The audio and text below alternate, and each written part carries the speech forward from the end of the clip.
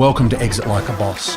I'm going to show you, having helped nearly 800 business owners work through a 21-step process to exit like a boss, how you can do it, what you need to know, the steps you need to take, and what's actually involved in you and your business being able to maximize value and successfully exit like a boss. Hope you enjoy it. In this episode of Exit Like a Boss, we're going to talk about exit options. What are all the different ways you could exit your business? More importantly, which ones are the most applicable or suitable or valuable to you as a business owner? There are probably 15 or 20 different ways you can exit a business. We're only going to talk about 8 or 10 today. We are going to focus on the ones that are most likely to be of benefit to you. So let's have a look at this spectrum. This chart shows the various exit options, starting from those that are simple, cheap, fast, low risk, probably very quick to implement.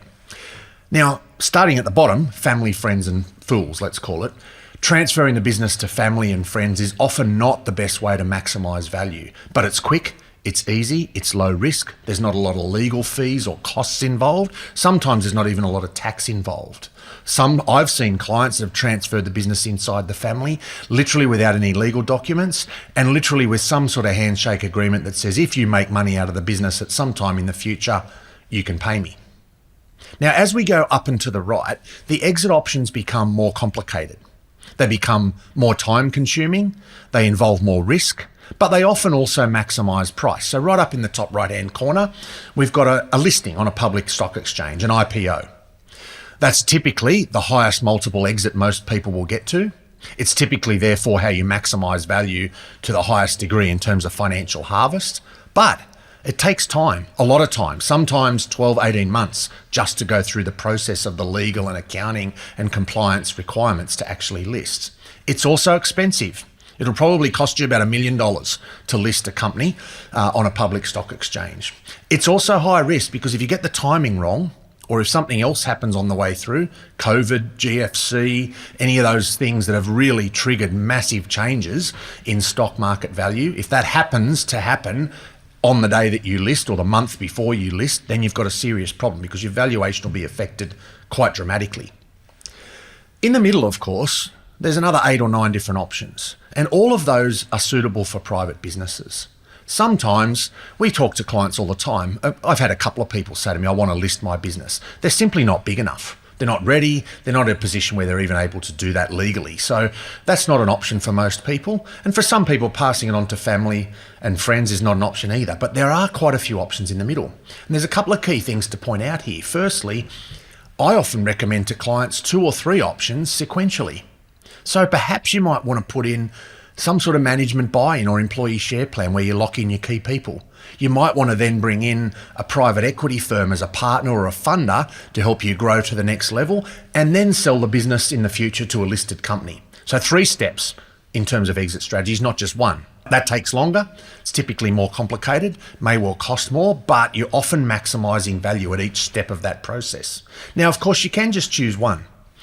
The other thing that I want to highlight here is the difference between the types of exit strategy or the key drivers of exit strategy. And this is actually a key outcome and finding from my doctoral thesis. The difference between financial harvest strategies, so typically private equity, strategic buyer, listed company and IPO or stock exchange listing. The difference between those, which are financial harvest, and the exit strategies that we would call legacy or stewardship, the most common being passing it on to family members, but also starting to see some hybrid strategies in the middle, things like employee share plans or management buy-ins, where we're actually achieving a little bit of both. We're still getting a good financial harvest, but we're also achieving what we would call a legacy or stewardship exit strategy.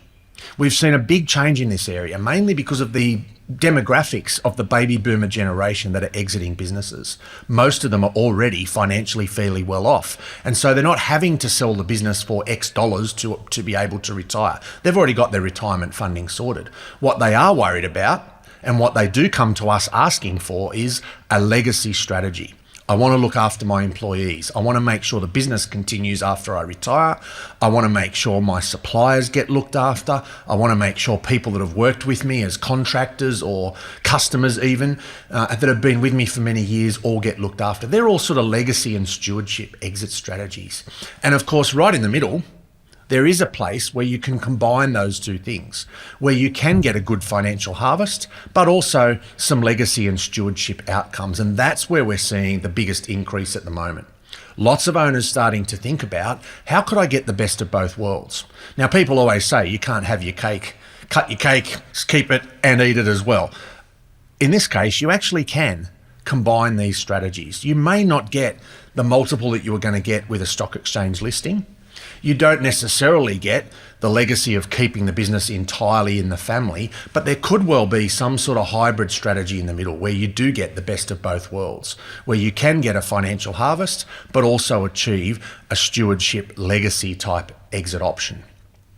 Now, we talked right at the start of this series of Exit Like a Boss about setting goals and outcomes. This is one of the key goals and outcomes that needs to be agreed. You need to understand what strategy you're following.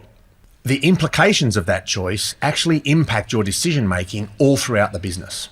So for example, if you're going to list, and I've got a client doing this at the moment, if you're going to list your company on the stock exchange, you need to have a CFO or accountant who is used to that environment, has probably already acted for a listed company before, is used to audit, is used to all those compliance and regulatory requirements, the reporting, the continuous disclosure, all those things that are going to be required of a listed company.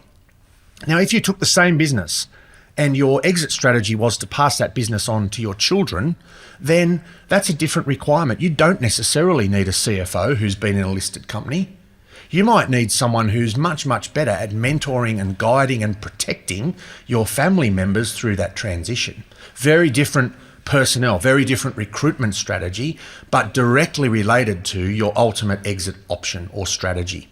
So understanding, beginning with the end in mind, knowing what that strategy looks like and what your exit option is, can make a big difference on the decisions that you make on the way through.